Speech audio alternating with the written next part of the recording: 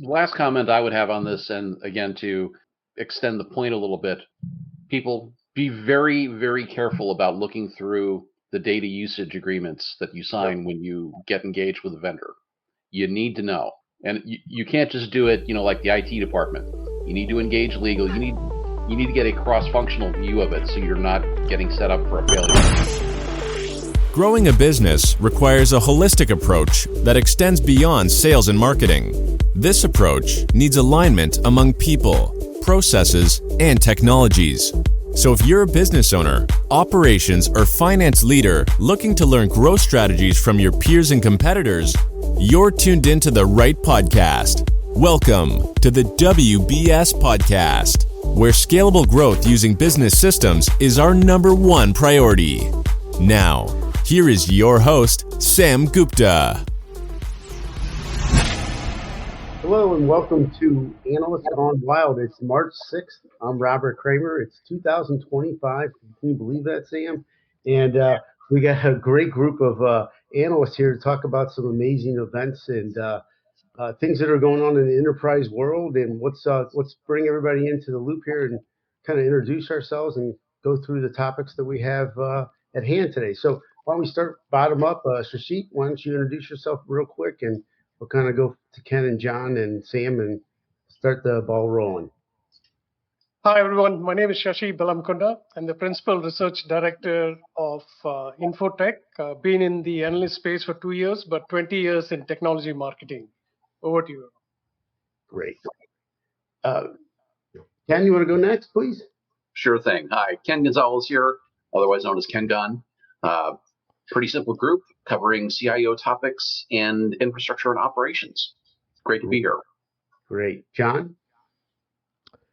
John Reed, co-founder of Diginomica, looking at real-world issues of transformation, how it really works, and heavy dose of AI hype deconstruction. I'm in a little bit of I don't know about gone wild, but I'm feeling a little grouchy reviewing these latest headlines, so let's see where that goes. You got to be supposed to be read that way, John. Yeah. Analysts gone grumpy or grouchy. Yeah. Yeah, I'm worried about that one. Let's see how it goes. Maybe you guys can get me excited about these incredible news items. You got to warn us if it's grumpy or not grumpy before we start, but so we're prepared. Okay, cool. Sam?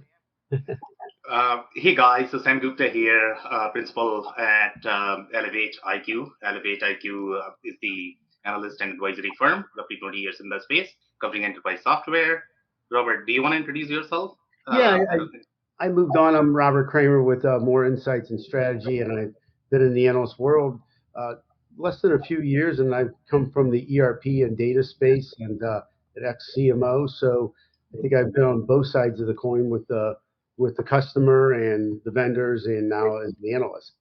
One thing I wanted to mention, analysts bring a lot to the table, and I think that when marketing teams look at what an analyst does, I think they bring this non-biased, trusted source that they can rely on to help them with bringing the messages to the customer, because the customer likes to buy on functionality and business impact, not features necessarily, because you can't, even though industries are different, even though customers are different, there's no one size fits all. So everybody needs to be, they're handheld in order to decide what technologies are best for them to implement. So that's a little bit about me, but let's jump into the first one and see if we're all in a good mood. Right, John? Here we go. Well, you were talking a little bit about your data storage a little bit before we got on the call here, and Lenovo is buying Infinidat. I'm not sure if I said it right, or DAT. Infinidat, probably. I don't know. Yeah, but there's something, and John, maybe you can bring this to your opinion, but they're bringing something unique to Lenovo, because I looked at what's their competitive advantage, and it's their architecture, it's their ability to scale, it's their ability to have large data sets. The cost is a big deal. They have some cybersecurity features, but we're seeing this as a trend. I think that's one of the big things. Why is this happening, and why does Lenovo need to buy this company? So what do you guys think? Well, I'm just going to say that when I read that Infinidat provides high-performance, mission-critical enterprise storage solutions for scalable, cyber-resilient data management. I said, I'm going to buy that. Marketing.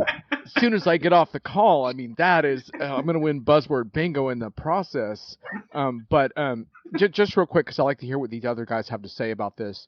I think one of the things that really jumped out at me was actually the word hybrid, and this notion that so many enterprises are dealing with hybrid environments right now.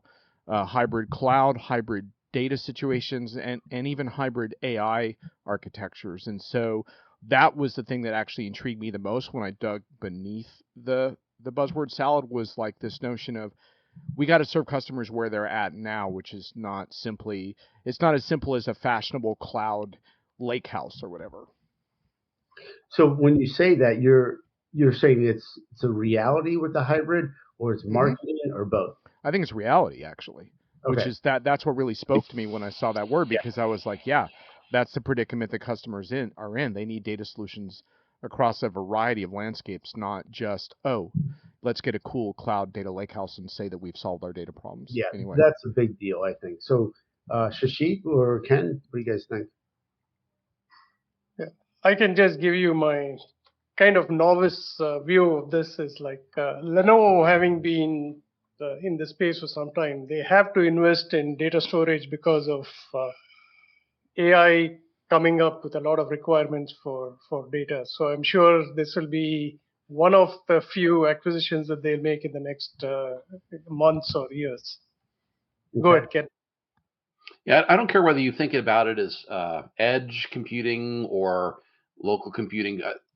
Data is becoming absolutely critical. And I think people now, that with the proliferation of AI, Gen AI, and agentic, people are recognizing that having data is really critical to be able to do anything that's really good. So part of, I think, the strategy that people need to be thinking about is, where is your data and how do you move it around? So having a hybrid store that you can count on, that's, well, maybe somewhere between local storage and somewhere sitting in the cloud, makes a whole lot of sense in order to start getting your hands around it. Now, that does present a similar or another issue with regards to, how do you manage that data? How do you scrub that data? And how do you get it into the places where it needs to be in order to be useful? That's a good point. Sam, what's your thoughts? Yeah, so this is very interesting, and I don't know if anybody tracks numbers in the infrastructure market, and that has been sort of our weak area as part of this panel, I guess. We need a lot more infrastructure exposure. So here, in my mind, this is the storage story. That's how I would read it, right? And in the storage, and John's point is right, that hybrid is probably one of the factors that should jump out from this story. But not all hybrids are created equal. Okay, so when we talk about hybrid from the cloud perspective, we are talking about vendor lock. I don't know if this is the same hybrid here as well. And I don't know if this is more of the technology hybrid. There is a possibility. Again, I don't understand this market. I don't track.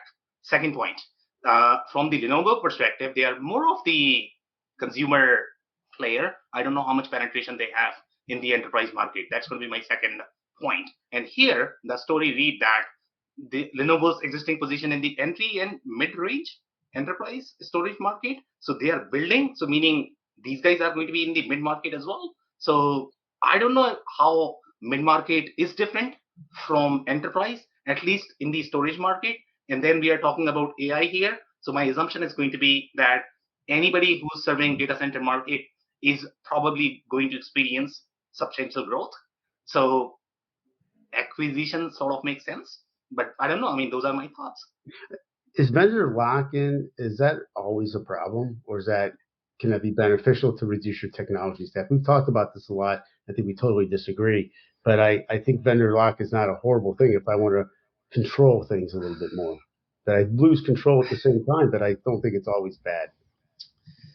So here's what I would say. So when you talk about vendor lock-in, meaning you always want to have control on your own assets, regardless of how close friends you are, like US and Canada, you still want to have You had to throw that in. some control on your architecture, on your, I don't know, territory, I guess.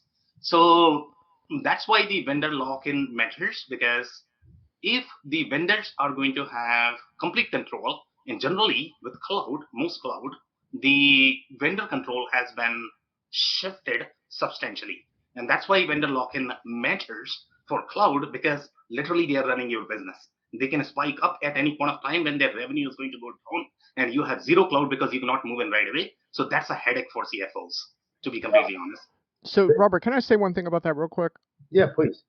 I think lock-in isn't always bad in the sense that, like, so for example, like I got so sick of Microsoft's ridiculous strategy for its Windows environments that I ported over to Apple. So I have kind of a voluntary like commitment to that Apple platform.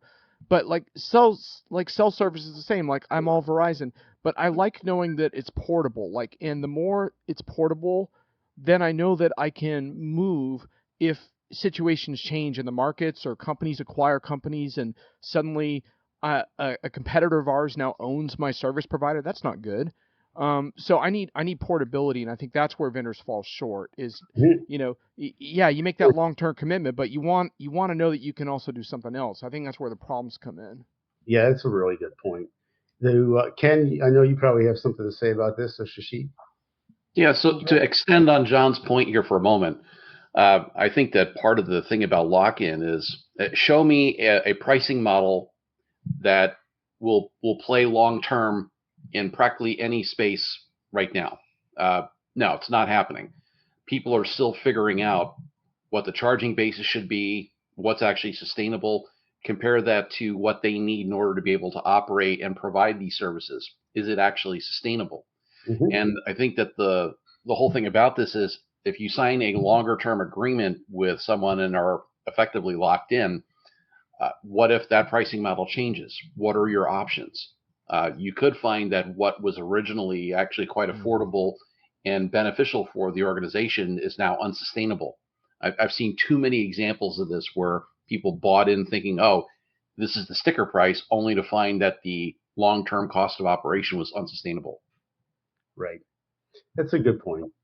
It could also be a protective play, right? Like if Lenovo doesn't offer this, then maybe the client is going to take Lenovo's business and go to somebody else who offers both. I think from talking to CIOs, they like asking an existing player for a new product first before they go out into the market. I don't know if that's the same experience all of you have. Can I just make one quick comment? Leonard Gaff has a good one in the chat. So they are selling Lenovo flash drives. Well done, Leonard. And I also wanted to point out that there's another key phrase in this announcement, which is high-end enterprise storage solutions. That high-end part caught my eye. Like, what does that actually mean, right? So I had some ideas, but I decided to ask Google, and I got a nice AI overview of this. It's storage solutions designed for critical business workloads characterized by high performance, availability, and capacity, and beefed up with data security and integration and stuff like that, data center management. So what that tells me is Lenovo thinks there's an appetite for a premium data service offering, right? That because a lot of times with data services, you're forced to choose between different things. Like, okay, I want performance, but I got to settle on storage to make it all work. They're saying, no, you can. This is a premium offering where customers might want to check all those boxes. Yep. Sam, any closing thoughts before we go to the next one?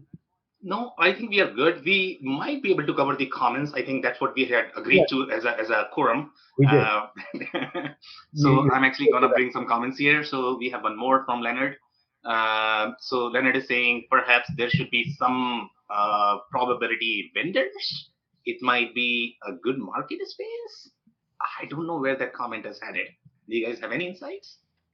I know that there are a couple of vendors, especially when being able to pull from one system and then put it into another and manage all of the data migration tasks. That certainly is something that's commercially available today.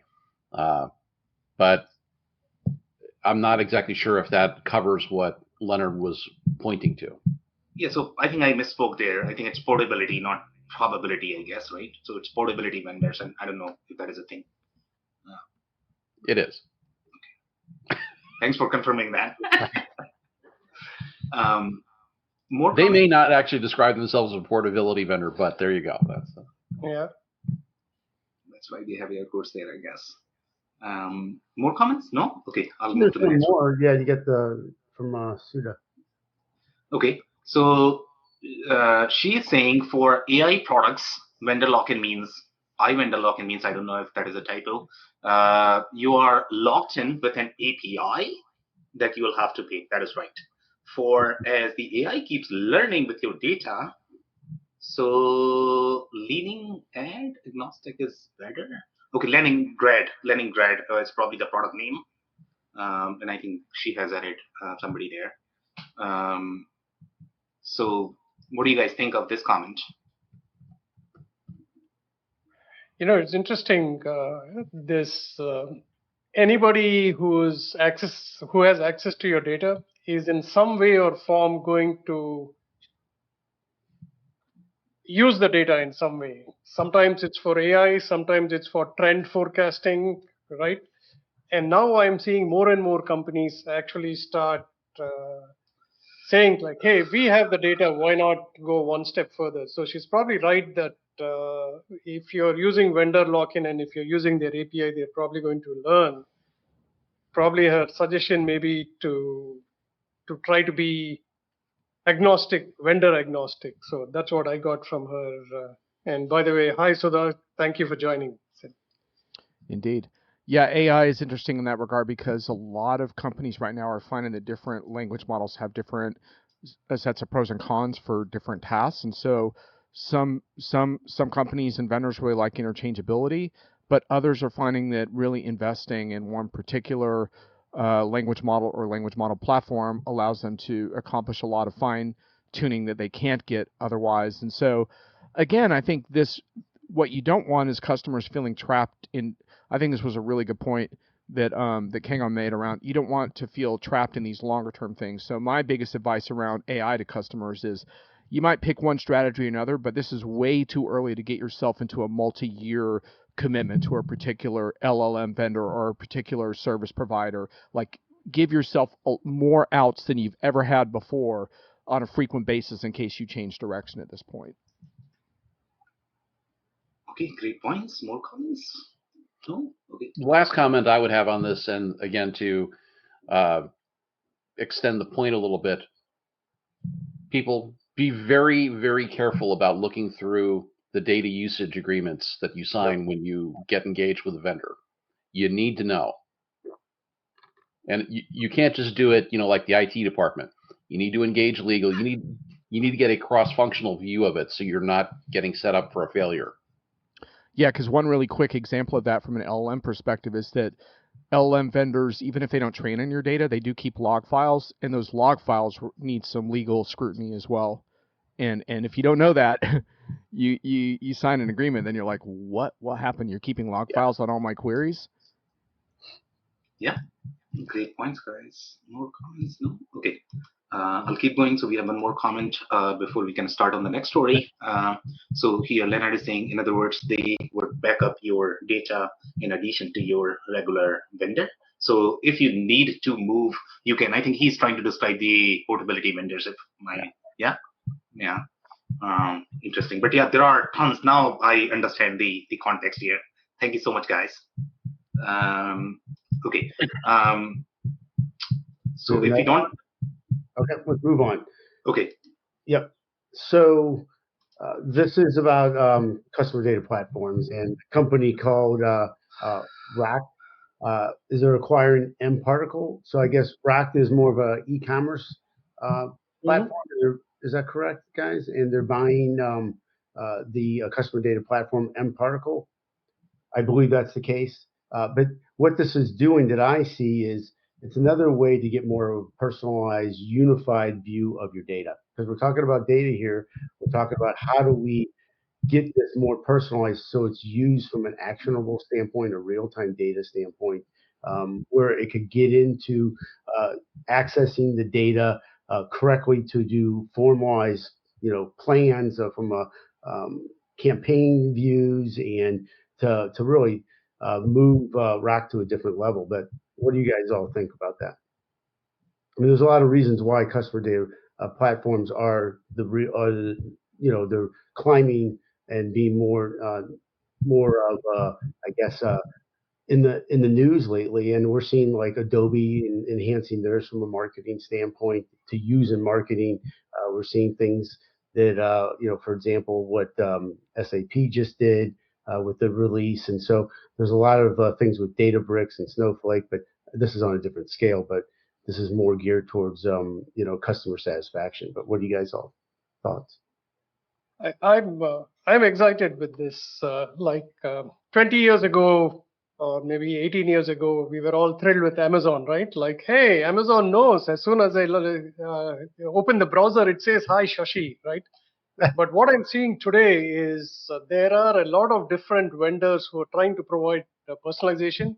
Number one is if you're searching for a product, instead of going through a Google-like list, you're now able to actually say, I'm looking for shoes, and start getting almost like a e-commerce shopping cart created exclusively for you, providing the contextual intelligence that's there, right? I hadn't heard of Rokt before, Sam. Thank you for putting this up. But it seems like this is a marriage of convenience in many ways. Both these companies have very good brands as customers. So it's almost saying like, hey, why not we join together? I think they will also play in the space with companies or products like Twilio Segment, maybe Klaviyo a little bit. So the e-commerce industry is going to see a little bit of benefit from this, is my opinion. So one quick thing: what is the benefit of the e-commerce and the customer data platform putting that together for the customer? Again, personalization, like you're able to figure out who this person is, location, some of the other data that comes with it, what did they purchase before. And imagine like somebody coming and telling you like, hey, it's been 2 years since you bought shoes. It's time to change, right? So it's more of a cross-selling situation. Plus, I think some of their customers, supply and demand and forecasting sales and things of that nature, and what their next buy should be of that. Okay, Ken, what do you think? I think that the whole issue around and nobody would argue with the idea that a CDP is necessary. As you start looking into the adjacent areas where you might actually use that customer data, that's where it starts to get interesting. But it reminds me of the AI ops market, where people were taking performance elements and using and spinning them together in a way which provided a view of an area, but wasn't necessarily consistent from vendor to vendor. So it places the burden on the customer to figure out, hey, does this actually work for what my needs are?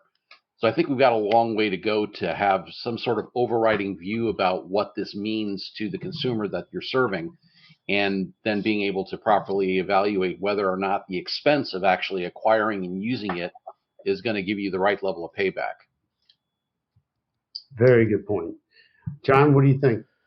So just one thing to add, everyone made good points here. I think the real time phrase really caught my eye here, and that's obviously because e-commerce is very much a high stakes real time scenario, right? Like many of the purchasing decisions that you're targeting with consumers are happening very quickly, and you need that real time information to guide them, to show them things that are relevant, all of that stuff.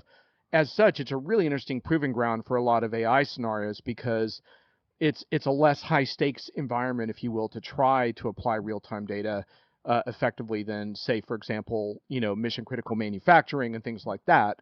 So I really enjoy watching this space for that reason, because the stakes are high for real time, but the consequences of getting it wrong are not necessarily as serious. Though obviously, if you get caught on the wrong end of a personalization experience or a bad ordering experience, you're not going to agree with me. But in general, that's not I don't think a crisis. And the final thing I would point out is, just if you're looking at these vendors closely, one thing that I thought was interesting from the article talked about the blurring of the lines a little bit. So there was David Chan, who was a CDP expert, said this is another example of the growing messy middle of MarTech, as Rokt now overnight is no longer just an e-commerce solution.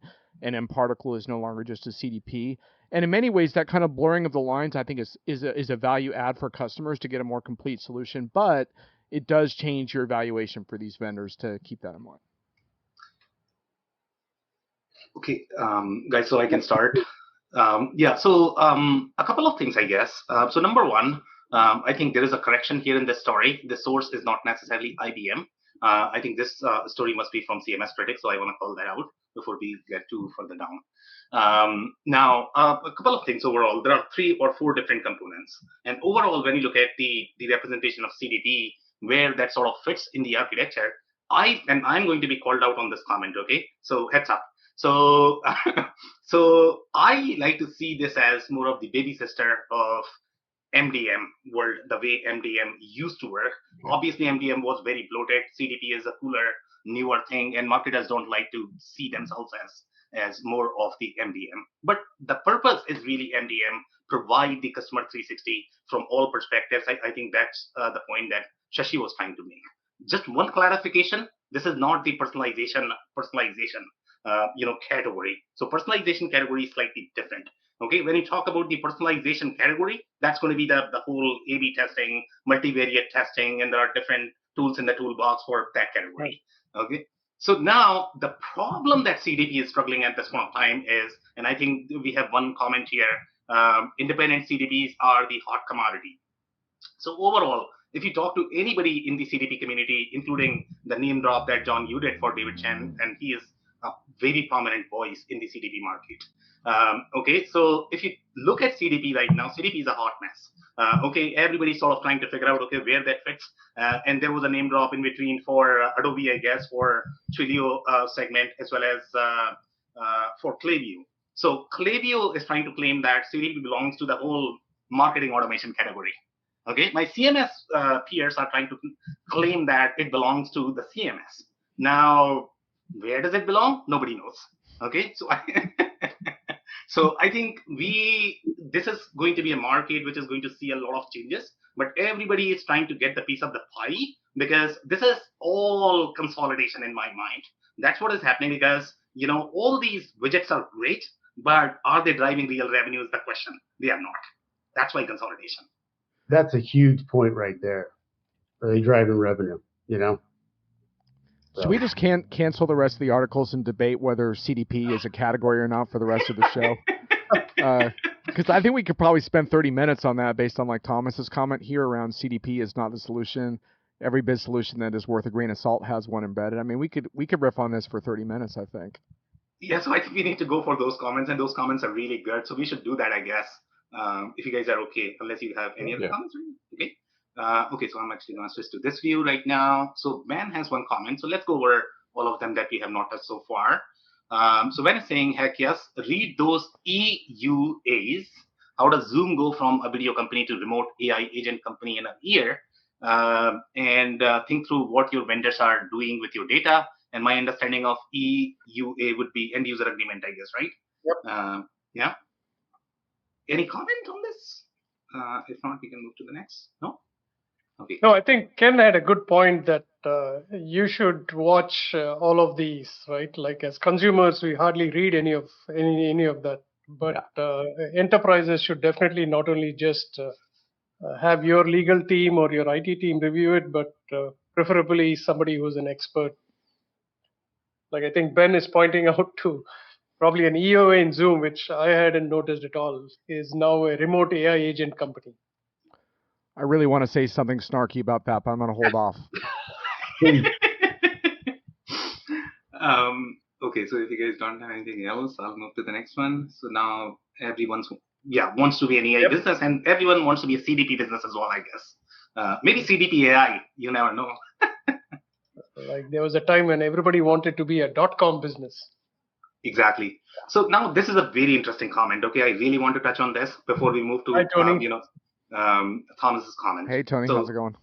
Hey Tony. So here he's talking about B2B CDP market. Do you know or prefer some account-based CDPs? And now I don't know if there is a segmentation between the CDP solutions that we have in the market, if they categorize themselves as B2B versus B2C. In my mind, always, CDP was more of the, I don't want to call e-commerce, but very consumerized play. That's how I always thought of CDP. In fact, I always thought that the commerce or the retail segment never sort of had a real CRM. That's why they needed CDP. So in my mind, always CDP was the CRM of the retail e-commerce centric businesses. That's how I always thought. Now, this is a very interesting comment because B2B is very different, because this is where ERP becomes very real. So a lot of things that you are handling in your POS, in your CRM, they generally reside inside slightly richer component that is going to have thicker layers, and that becomes sort of the source of truth from the customer's standpoint. And the whole idea of CDP is to provide that, source of truth, kind of master data governance. I don't want to call that, because that could mean a lot. So here, I don't know if there is something called B2B CDP market and account-based CDP. I can see some value there, but I don't know how real that is. Comments? Shashi, what do you think? You're an expert on this. Yeah, but you're right. There isn't. I don't think there's a segregation of CDPs between B2B and B2C, but I think it's most of the products here, like if you take Klaviyo segment, they could be applicable to both, right? And there are also, like earlier, we used to think about all these data brokers like Axiom and other companies, right? But now this is a little bit more advanced. I think, I don't know if there are very specific B2B CDP markets, if that makes sense. Almost everybody is going to have a CDP solution in some way or form, just like Thomas said. So, Shashi, just one clarification. So this is coming from Klaviyo's financial statements, I guess, and they are very deliberate about being just in the e-commerce market. In fact, they are very tightly correlated with Shopify. So I don't know if they really target the B2B, to be completely honest. They are very, very, very deliberate, and that's what they are saying, that other marketing automation vendors, they are targeting both. They are kind of confused, but Klaviyo is very, very, very deliberate that they only want to target that segment. More comments? Thomas, you're right. I think he's. I do think there's the just investor thing of Twilio. Go ahead. Oh, just real quick, I think you could have a longer discussion. I think we should move on, but I think there's some interesting distinctions here between, like, in the consumer-based CDP thing. I think a lot about that real-time impact of hitting a customer in the moment of purchase. In a B2B market, a lot of times that moment of purchase isn't as important because purchasing is often a much more extended cycle. So in a B2B context, where I think this gets interesting is around giving me a much more holistic view, which I think is what Tony's referring to in the account-based scenario, to just really apply my data resources to much better understanding of that client, so that when they call me and want to talk about stuff, I really have all the data at my fingertips from a variety of channels. So in a B2B, there's so many silos there. And so if vendors can help break that down, I think that's great, but I'm not sure I would call it a CDP or not. I'm not sure that category is very important for that. Does this add something about data quality, of how important it is from all your perspective? Because I think that it kind of keeps on going back to that. If we don't have data quality, what is this about then? And do you think companies are ready for this? Or is there data at that level? I don't know. Sam, what do you think? So data quality is a much broader conversation, I guess. I don't know if a system can solve that, to be completely honest. Okay, so when you are looking at collection of systems, it's almost like you need to create your own traffic rules. Good point. Just because you are putting a signpost does not mean that people are going to follow that. Yeah. Yeah. Well, that's the strategy. That's your change management. That's about, don't you need to get your data at a certain level for all these tools that we're talking about, or else you're just point where you're just getting technology and it's not being used. It's like getting a new car and not driving it. You have to be able to have your data set up for all these great innovations. And, once we start talking even about the next slide and about AI and developing, different ways to take advantage of that, how far away are you from that if your data is not good? So I think it's a constant discussion. Okay, so we can keep moving on more comments. We have a lot today. Uh, so Ben is saying for small to medium-sized businesses that are overwhelmed with the RevOps ecosystem will get benefit from vertical integration rather than having a Shopify plus CDP plus CRM consolidation. If it brings simplification, could add value. So I think I'll start off, and I guess the consolidation and the best of breed, they are almost like the cycles of recession, the way they work. Okay, so most companies start with some sort of feature, then they get consolidated, then everybody start hitting them, every single category out there, and then somebody comes and they create a new solution.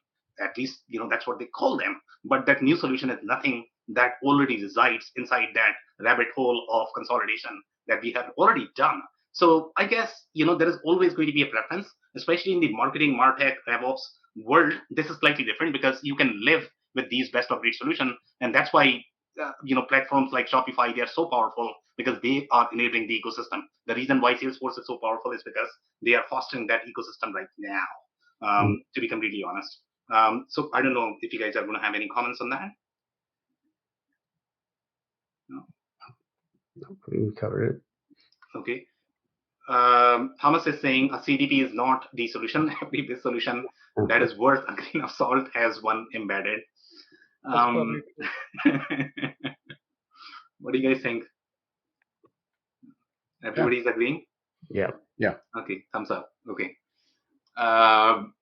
Okay, so Ben is saying, but if you push CDP into an e-com or CMS platform, you can get the personalization. That is right. But again, the integration, I don't know how critical that is. I mean, the data model is not as embedded, and that's why I guess the best of breed approach works for the majority of the e-com vendors, and that's why you could actually have the composable. And John, I think we have had this debate before. The composable makes sense for the e-commerce, RevOps centric players, as long as you don't need that data integrity, data tightness. It works. So I don't know why you cannot get personalization even if you are going to use a best of breed platform that is going to be tightly integrated. Comments? No. Okay. Tony is saying, I only know CDPs that are concentrating on individual people. That's right. No comments? Questions today. That's fantastic. Yeah. One more comment from Thomas. He's saying in B2B CDP vendors have the same challenge as marketing companies. There are only a few that can support the different needed data model. That's right. They vary per industry. Each industry has very different needs. Great point. Yep. No disagreements. Okay. One more. Wow. CDP is hot. We need to create a CDP show, I guess. A CDP needs to be part of what I would call a data platform. SAP and Salesforce have started to talk about that, if not deliver, at least a part of it. So I think that's not necessarily accurate. I guess I'm going to disagree there. So when you talk about the real data platform, especially when you are talking about business data cloud, that has a very different need overall. The CDP is not necessarily replacement for business data cloud. Business data cloud is not necessarily going to do this work. Yes, you are going to have a lot more data from the enterprise perspective, but the intent of CDP is slightly lighter. It's very different from the MarTech perspective. In fact, you might not have all of those data sets there. So again, I guess it would depend upon the architecture, but I don't know if that is really a replacement. No comments there? Well, let me offer one here. So I don't think it necessarily has to be fully organized around architecture. So let's think about this from terms of like capabilities. So if you have an e-commerce platform, you have a customer data platform, you have a telecom platform, there are, as I think Thomas was saying, there are a certain set of capabilities which are common amongst all these, which actually creates a bit of noise, right? And these adjacencies provide the vendors with an opportunity to say, how can I expand out my footprint, grab more customers, become more valuable, charge, generate more revenue? This is where the rub is, because as you start to expand and look at these set of capabilities, you begin to lose definition over, well, what does it mean to be able to play in a certain market? And this is why I was saying earlier about the AI apps thing.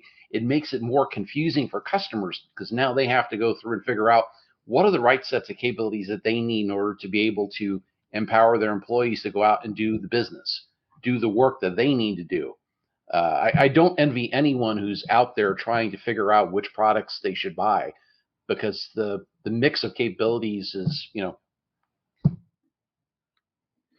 Which way do you go though? Do you look at connecting your CDP or a CDP that's associated with the ERP, or the other end, like we're talking about here, from an architectural standpoint? Like, where which are is you locked in? well, How, we go how back much to money that. have you spent on a honking platform, which now gives you the opportunity to extend and get other capabilities?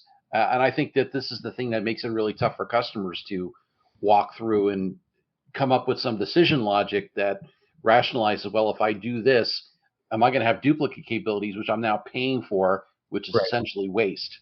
right. Well, they need a technology stack that's to give them the best business outcomes. So whatever that is, do they need to go so granular and have so many different technologies, or do they just need to be able to like be more efficient, productive, and grow? So does all this? Do they need all of this? I think they do, but they need. Is it better to look at it from the ERP perspective and grow from there, or from the CRM perspective in e-commerce? Very individual decision based on customer footprint and investment and IT strategy and everything else. But I get frustrated a lot by some of these news stories in a sense because so much of it is about tools and technology, whereas I really want businesses to start less on tech and more on who are our key stakeholder groups, how are we underserving them, what are the opportunities to serve them better, and in that context, you need experts in the room who can walk you through, here's what a CDP can do, here's what AI can do, here's where you're falling short on some basic automations that would help you before you invest in all this super expensive bullshit. And one of the big things too is you need a gradual approach too, because that's the final question is how are we going to stack up quick wins? Because this data conversation is really healthy, but it's going to take years to fix all this crap in a large company, and maybe you never will. So where's your data quality the best, and how can you get started and notch a win so that when you come in a few months and have to say what's up with our AI strategy, you actually can show them something that actually works? Don't you think the innovation aptitude of a company is a big deal? Like, they're not all created equal, like you just said. Like, but maybe Yep, that's part innovation, risk profile, industry compliance restrictions. All of that factors in too. but some of these companies are like so far behind. Some of them are so far advanced, but the ones that are behind, they don't care about all this jargon and investing in this way. They just want to figure out what tools can help them be better and more efficient, and not, and it's a competitive advantage. So does this all matter to them? It does, but which is best? Like you said, it has to be put together the right way. I know we're going further, but just to comment on what John said, and I agree with him, is CDP buyers within a large organizations are actually not talking to the other people and saying, do we already have a tool that can do this, right? Or they're not talking to the AI ops or data science team and say, this is exactly what we want. We want to personalize some experience for our customers on X, Y, Z channel. So they've heard that other companies are using CDP, so they go look for a CDP vendor, try to integrate it, and then 2 years later they're saying like, "Hey, this didn't work out for us." Yeah. But the other thing that I predict is like there will be, I think probably Thomas is alluding to that. There will be other companies, and even Sam said this. The MDM providers will actually say like, "Hey, we can do CDP too," or so I've also seen some of these iPaaS providers who are integrating data can also say like, hey, we can give the user the data you want as quickly as possible. I think the key here is real time. That will take some time for everybody to try to get that capability. Yeah, so we are going to skip on some of the comments, I guess, but I want to address this one. We have John's friend, I guess, in the room, and he wants you to say something, I guess. Yeah, he's trying to trick me on real-time AI-powered data transformation at scale because he knows that I wake up every morning dreaming about that. Thanks, Alan. Glad to have you in the chat. We'll get back to AI in our next news announcement if you can wait a few minutes. All right, so we'll skip that and we'll probably cover some more stories if you guys are ready for that. CDP was hot. Oh my god. It's time. Now let's get to a topic that's not hot at all. Hey, Sam, why don't you introduce this one? I got somebody at my door. I'll be right back. Of course. So here, this is the ServiceNow acquisition. Cuein is the company. And this is very similar acquisition as what we have seen from HubSpot. Everybody is moving towards conversations, including Salesforce, ServiceNow, HubSpot. So the application interaction in my mind is going to be very conversation centric. So this is a very interesting acquisition. At least I'm excited about it. I don't know what you guys feel. I am. So the thing I'd like to call out here is ServiceNow has a good track record of looking at its acquisitions. And what I mean by that is they do a lot of work to examine the capabilities that the target would provide, and then taking the time to actually fold that into the actual platform itself. So that even though you could look at this and say, well, this is a customer satisfaction play, the fact of the matter is, I would expect that what's going to come from this is they're developing a capability which will now have API level access and be useful across all of the different applications that ServiceNow makes available to its customers. And with that, you can expect that it's going to change the pricing and consumption model and probably end up costing end users a little bit more. Now, I don't know that for a fact, whether, because it's going to take some time for that to play out. But certainly, I think ServiceNow customers are used to paying a premium for capabilities. Yeah. It's also a way again to not to let another vendor come in, because a lot of companies like Cuein that have this capability. So a ServiceNow customer has to go to another vendor and say, like, I need to plug in another solution for all the unstructured chats, phone calls, and everything, and find customer sentiment in that. I think ServiceNow's play in actually providing that to the customers, again, is for most of their customers, it's a checkbox. Does the user want this? Obviously, the answer will be yes, right? So expanding existing customers with a higher ticket value, I think it's a good strategy. Cuein seems to have a good reputation too. So if you look at all of this, I mean, Sam, you could have picked 100 AI news announcements, and we wouldn't have had all of them from this week, right? And if you look at them, companies are trying to earn these AI workloads, and why they're trying to do that, of course, is that becoming a trusted vendor for AI services is a big deal, because AI has a much higher bar for achieving trust with the provider than most other technologies we've ever dealt with. And so that's why you see this frenzy, is the more you can get these workloads, the more you can have a chance to be the one to build that trust, and the more your customer will come back to you and say, can you help us with this AI problem? Can you help us with that one? One thing that I think is interesting here is Ken rightly talked earlier about how the quality of the data is a really important factor. And you see that in the ServiceNow press release, where they talk a lot about fragmentation and silos and all the things that get in the way of getting that good real-time view that you often need, especially in a chat scenario.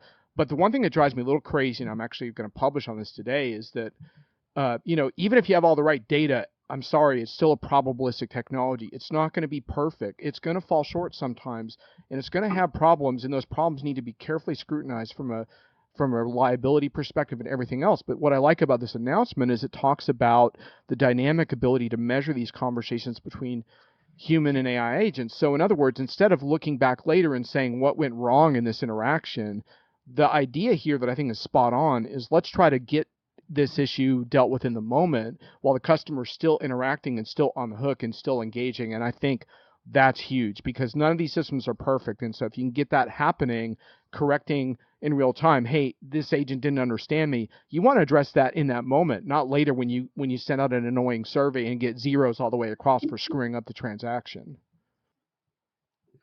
I think this is the next level, or another level, for ServiceNow, their commitment to their AI strategy. So I think it's on par. It's probably, is expected. I also like what ServiceNow, just kind of getting away from this just a tad, is their commitment to industry specific. They're doing a lot of things. And what do you all think this will play from that perspective, if anything? Well, as I was saying before, I think that by working this at the API level, it doesn't matter which of the products that they're bringing to market, like the HR product or the IT specific focus, or maybe even stuff that works with like financial close. You're going to be able to start to take advantage of these capabilities in each one of the product sets without having to worry about having to custom or hand roll an integration to get the value from it. I hope it's that easy. What do you think, Sam? Yeah, so I think we have one comment. We can cover that. I think that's related to this story. So Leonard is saying, I see a lot of companies making the claim, oh, we have AI now because their competitors have done the same, but really interesting functional AI and getting it to work with data and collecting the right data is the real challenge. That is usefulness, not bragging rights. So I'll just make one comment here, and I don't know whether anybody was logged into the Salesforce developer conference yesterday. Whatever they are working on, it might answer a lot of questions that people have. It's pretty cool. Even though obviously they have been very aggressive in media with their AI claims, but what they have done is mind blowing, I would say. So I don't know if anybody else has done similar. There are demos, etc., but nobody has shown the real demo of the code and how they are going to create the agents and how they are going to spin off. It's commendable. Okay. Any other comments, guys, on this story, or can we cover one more? We have 6 minutes right now. There's just one comment on this. Like sometimes when we are talking about AI agents, like one of the things that the finance industry has done, and they've been doing it for far more time than most of the other industries using AI, is being able to predict what next this customer might want. That's an excellent use case because, for example, looking at the data, if I call a bank, probably they're going to say, like, this person has a good credit score, they've been with the bank, why don't you offer them an upgrade for a card? I mean, that would be a real use. I don't know if it fits into this particular use case, but that kind of real-time prediction will be useful. It's not necessarily just talking to an AI agent, but being able to earn more revenue and better customer experience using that. So I think it's a good acquisition. Great. Okay, so next story then, or more comments? Next story. Okay, we can probably do one more, and then we just have 5 minutes right now. So Robert, your call, whether you want to cover or. Yeah, let's go through this real quick. Unless you guys don't want to, we can end on this. But this kind of goes with John. Is this a rant or a rave from you about the cloud and about the development of how this company Render got $80 million, to really develop their cloud a little bit further, their platform, and it's something that you probably are very familiar with. But what's your thoughts on the ability to create applications without having complex infrastructure? Hey, who's going to argue with making app development simpler, right? That seems like a winner. Obviously got $80 million in funding, so you better make it simpler because you got to get that money back. But look, I mean, there's a couple things going on here at the same time, because at the same time that it's important to understand cloud technology stacks, there's also a parallel trend of make it really easy for people to build stuff without having to have all of that depth of expertise and hyperscaler management, right? So it's sort of a combination where it's good to have those competencies, but you don't want to rely on them all the time. So in theory, I really like these concepts because anytime you can free up either developers or business users to, if you don't mind me using the bold term, create, that's a good thing, because that's where value differentiation happens, is when you build something that matters to someone. So it's really nice when you're not distracted by managing your 100-page terms of service agreement and trying to figure out how to apply your own patches and stuff. So I think it's good, but all of this has to be proven out, right? Like, the intent sounds lovely. Let's see the result. That's a good point. Sam, anything from your end? I guess we Yeah, so I guess, I mean, I'm not sure about the story, to be completely honest, and why anybody would invest in this company, to be completely honest. Because right now, if you talk about what they are bringing to the table is kind of user experience from the app deployment perspective. But there are like million apps out there, so and everybody was saying nobody is going to invest in SaaS. So how come this is receiving the investment? But at the same time, AI agent development is going to be hot. So maybe that's what is driving, but it's a very confusing story in my mind. I really don't know what's going on. So Sam, what's interesting too is like, they list they say this is going to be a lot easier than AWS, Google, Azure, Heroku. Well, they have to prove that, right? Because all those companies, you think they're sitting around saying, "Oh, let's make this like really hard." They're all trying to make it easier. Yep. Yeah, this reminds me of 2006 when AWS first started. Probably the story was exactly the same. And, hey, more power to them if they want to go against the big guys, because it's not a crowded market anymore. I think they probably have a play if they're as simple as they say they are. Good point. Well, let's wrap up, Sam. This is, I think we're just about a couple minutes left. What do you think? Any further comments, or should we go around with closing comments? Start with Ken. Any enlightening thoughts or big plans for the weekend? How about those?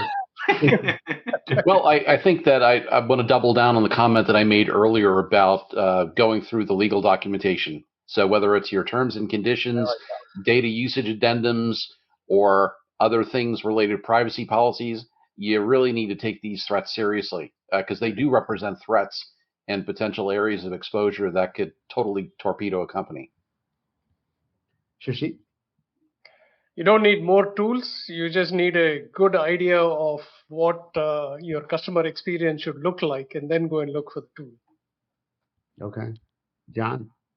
Well, I learned a lot, and I'm not as grouchy. And I think it's because I think it's because like the press releases often represent one point of view, but hashing this out brings in the full spectrum, and that's exactly how customers should approach these issues. So if you can simulate this kind of dialogue as you're evaluating technology, I like your chances. I'll talk just a little bit about ROI with AI. I'm a little worried about how we're going to get that, and AI pricing, how that model is built into some of these tools, because I think some of the companies are talking about it, but I'm a little worried that we don't know what we don't know, and then are we actually able to have benefits? Because is our data good enough to get to the benefits? Does the pricing allow us to actually have an ROI? But this weekend, I don't know. I got some family coming in town. I'm going to hang out and maybe have some play some pickleball and see if the sun comes out. How about you, Sam? Yeah, so closing comments from my side, and Sashi is going to like this, okay? So I think we have a real messaging problem with this show because we have a C missing, because last time we did concrete show, today's show was CDE. So we are sort of doubling, tripling down on the letter C. So we need to incorporate C as part of the show. So that's my closing comment with C. On that note, thank you so much, everybody, for dialing in. I'll see you next week. We are going to come back 11 o'clock Thursday next week. Thank you so much. Thanks, everybody. Thank you for listening to another episode of the WBS Podcast. Be sure to subscribe on your favorite podcasting platform so you never miss an episode. For more information on growth strategies for SMBs using ERP and digital transformation, check out our community at WBS.rocks. We'll see you next time.